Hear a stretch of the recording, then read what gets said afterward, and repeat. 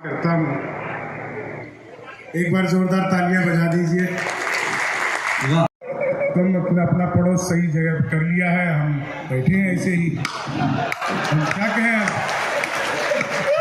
आज की तारीख में इन चुने हुए एक एक कलाकारों को बुलाने का सामर्थ्य नहीं रखती है जितना आज बलिया प्रशासन के लोगों ने यहाँ पर बुला लिया है। आप लोग एक बार अपने शासन प्रशासन के लिए जोरदार तालियां बजाइए। मैं शुरू होता हूँ। मेरे बहुत ही आदरणीय पीयूष द्विवेदी सर बैठे हुए हैं, के साथ हंसने के लिए आए हुए हैं। हंसने के लिए आप अकेले ही आ जाते, पत्नी के साथ लाने की क्या जरूरत है। हाँ चलिए कोई बात नहीं, पत्नी देख भी लेगी कि पति हंसता हुआ कैसा लगता है। तो 4 लाइन आपको सुनाता हूँ। मूल रूप से बिहार का रहने वाला हूँ, आप सब जानते हैं। वहाँ शराब बंद हो गई तो मैं दिल्ली रहने लगा। जब से मैं दिल्ली रहने लगा तब से दिल्ली वाले भी एक एक करके बंद होने लगे थे। वो भी शराब में ही बंद हो रहे थे। उधर कुछ दिनों से मेरी कार्यक्रम बाहर दिल्ली के जब लगने लगे तब जाकर के वो छूट गए। तो मामला बिल्कुल अद्भुत है। मैं ज्यादा पॉलिटिक्स की बात नहीं करूंगा। मेरा बहुत ही प्रिय अनुज प्रभांशु यहाँ पर है और इस कार्यक्रम को संजोने में उनकी बड़ी भूमिका है। हालांकि उन्होंने मना किया था माइक से हमारा नाम मत लेना, लेकिन अब ले लिया, अब क्या करें। 4 लाइन सुनिएगा, बढ़िया। 10 मिनट आप लोगों के बीच में कुल मिलाकर के रहूंगा। स्वागत। कई दिन से अस्वस्थता है, आप 4 लाइन सुनिए। आज जब मैं बलिया की धरती पर आया, प्रोफेसर साहब, आज बड़ा अद्भुत था। क्या बढ़िया शानदार आप लोगों ने कवियों के रुकने के लिए कितने बढ़िया होटल, सर्किट हाउस, इस सब में रुकने की हमारी व्यवस्था की हुई है। इत्तेफाक से आज जाम बहुत लगा हुआ था पूरे शहर में, त्योहार का दिन था। तो हमारी गाड़ी रास्ते में एक जगह फंस गई थी। बिल्कुल सच्ची घटना आपको बता रहे। इसके बाद हम सीधे सीधे आपको कविता सुनाएंगे। हमारी गाड़ी जाम में फंस गई। जाम में बहुत देर तक फंसी रही तो हमको लगा कि यार ये जाम छुटाना चाहिए। तो मैंने पहले गाड़ी से झांक कर देखा तो मैंने देखा 2 आदमी थोड़ी ही दूर पर आपस में आधे घंटे से गाली गलौज कर रहे। आधे घंटे तक जब उनका गाली गलौज नहीं रुका, मुझसे रुका नहीं गया, मैं गाड़ी से उतरा। मैंने जाकर उनको 12 बार पलटी मारी, नीतीश कुमार से भी ज्यादा 12 बार पलटी मारी। मैं घबरा गया। मैंने तुरंत ही चाय वाले को पकड़ लिया। मैंने कहा क्या मिला दिया तूने बिस्कुट में, ये तो अच्छा हुआ मैंने पहले नहीं खाया, नहीं तो मैं भी ऐसी पलटी मार रहा होता। तो चाय वाले ने मेरा हाथ जोड़ लिए, बोला बाबूजी मुझे मत डांटिए, बिस्कुट पतंजलि का है। खाते ही कुत्ता अनुलोम विलोम कपाल भाती सूर्य नमस्कार प्राणायाम सब कुछ एक साथ करने लगे। मैं आपको बता रहा था मैं राजनीति पर कोई ज्यादा बात नहीं करूंगा। बस पिछले दिनों मैंने मोदी जी से पूछा, दोस्तों बात आप लोगों तक पहुंच जाए तो एक एक व्यक्ति की तालियां चाहूंगा, जो पीछे दूर तक बैठे हुए हैं, जो लोग साइड में खड़े हैं, बात समझ में आ जाए तो। पिछले दिनों मैंने मोदी जी से पूछा, मैंने कहा मोदी जी आपकी नीयत क्या है। मोदी जी बोले मेरी नीयत पाक साफ है। अच्छी बात है, मेरे पुराने श्रोता यहाँ पर बैठे हुए हैं, काफी अच्छी बात है, ऐसे बीच बीच में बोलते रहने चाहिए। वो पिछले दिनों चीते भारत आए थे तो मैंने चीते से भी पूछा, मैंने कहा तुम भारत आ रहे हो, तुम्हें यहाँ आते हुए डर नहीं लगा। बोले नहीं, हम वहीं से बीजेपी ज्वाइन करके आए हैं। एक आदमी मिला, बोला यार ये मोदी जब से आया है देश 500 साल पीछे चला गया। मैंने कहा योगी को आने दे, त्रेता युग में ले जाएगा। एक बार मैंने अपनी सगी पत्नी से पूछा, सगी? हाँ, मैंने पूछा क्या मैं तुम्हारे सपनों में आता हूं? बोली नहीं, मैं हनुमान चालीसा पढ़कर सोती हूँ, भूत पिशाच निकट नहीं आए। अच्छा, हंसी तो आप लोग के चेहरे पर एक लाइन में आ जाएगी। पीयूष सर एक लाइन में। एक दिन सुबह सुबह पत्नी बोली आज खाना मैं बनाऊंगी।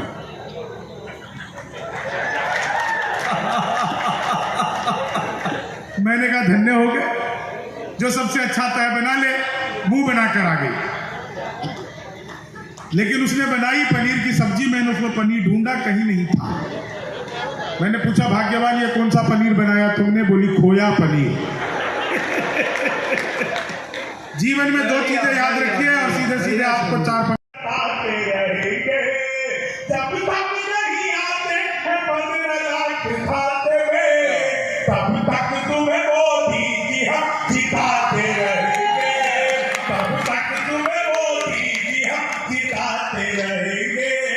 ख्वाबों में तेरे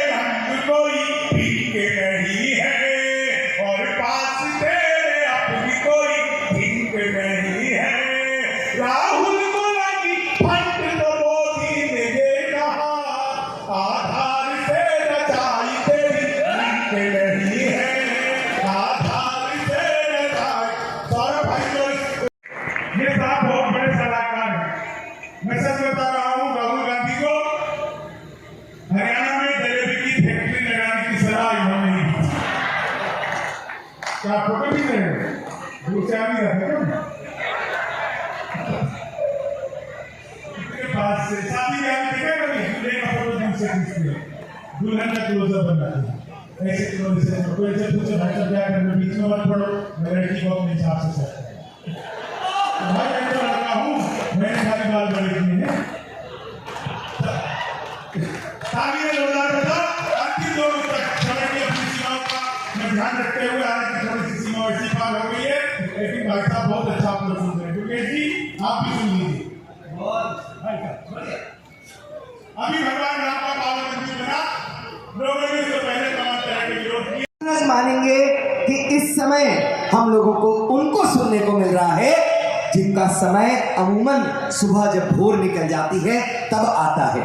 जी हाँ दोस्तों, मैं जिसकी बात कर रहा हूँ ये मैं दावा करता हूँ कि मेरे मुंह से नाम निकलेगा और आप लोगों की हाथ अपने आप तालियों में तब्दील हो जाएंगे।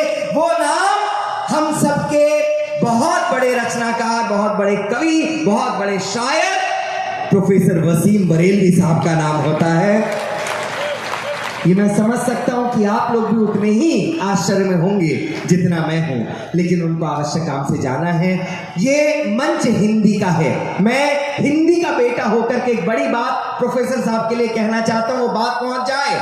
साहब, न जाने ऐसे कितने हमारे मंदिर हैं, कितने हमारे ऐसे तीर्थ हैं जहां पर जब हम लोग जाते हैं तो जो मुहावरे वहां पर लिखे होते हैं वो प्रोफेसर वसीम बरेलवी साहब के द्वारा लिखे गए हैं।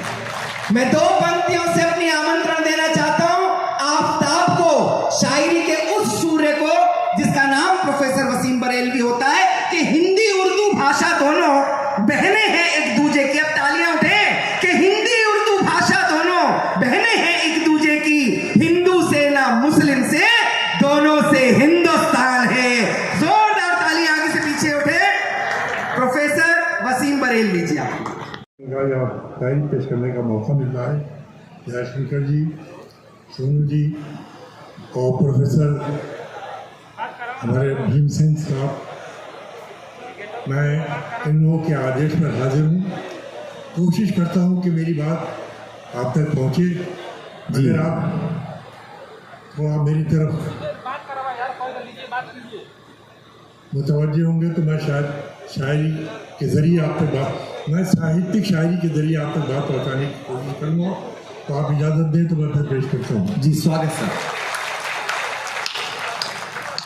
आइए एक नई गज़ल से शुरू करता हूँ। इजाज़त है? स्वागत सर। खौफे खुदा है दिल में, खुदान का डर। खौफे खुदा है दिल में तो फख्रे ज़मीं हो तुम, इस धरती का गढ़ बना। खौफे खुदा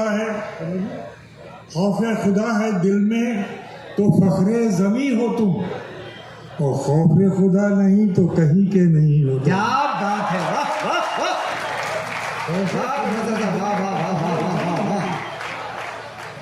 खौफे खुदा नहीं, पता नहीं क्या किस तरीके से उस सभ्यता के हाथों मार खा रहे हैं जिसके दामन में हमारे पास देने को कुछ भी नहीं।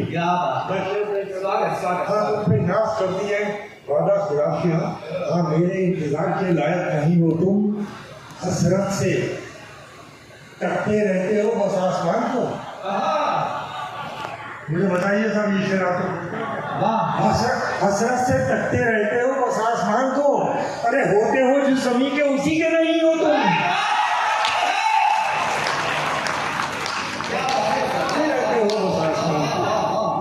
होते हो जो जमीन के किसी के नहीं हो। आइए आपने वक्त जी कुछ किया, बहुत मुँह बनाया आपने शेर सुनाने के लिए मैं पेश करता हूँ। ये शेर मुला फरमाइए कि तलब की राह में डिमांड, जब आप डिमांड करेंगे तो देखिए क्या हो जाएंगे, आप होने हो जाएंगे। जब आप हाथ फैलाएंगे आप समझिए कि आप छोटे हो जाएंगे। तलब की राह में पाने से पहले धोना पड़ता है। तलब की राह में पाने से पहले धोना पड़ता है। बड़े सौदे नजर में हो तो छोटा होना पड़ता है।